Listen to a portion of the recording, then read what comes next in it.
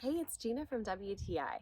If you live in the country like we do and don't have many lights around you, then you know how important it is to have some illumination when you get home at night so that you don't trip and fall on anything.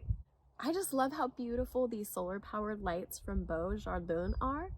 They look just like sunbursts and I think they're gorgeous. Not only are they pretty, but they also put off a good amount of light so that I can see exactly where I'm stepping.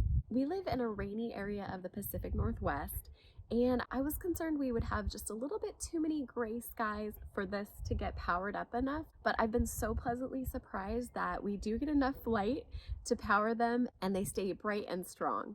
I like how easy they are to install thanks to the pointy tip. You can actually just leave the tip in the ground when you want to mow. I just took the light and the stem off and then left the points in the ground, and I was easily able to mow over the top and then just replace the lights when I was done. I think the glass is really pretty, and even when it's not nighttime, it just brightens up our little walkway. These lights have really become the bright spots in our yard. I love pulling up in our drive and seeing them, or if I need to leave the house at night for some reason, it just makes me happy to see them in the yard. And that's my point of view.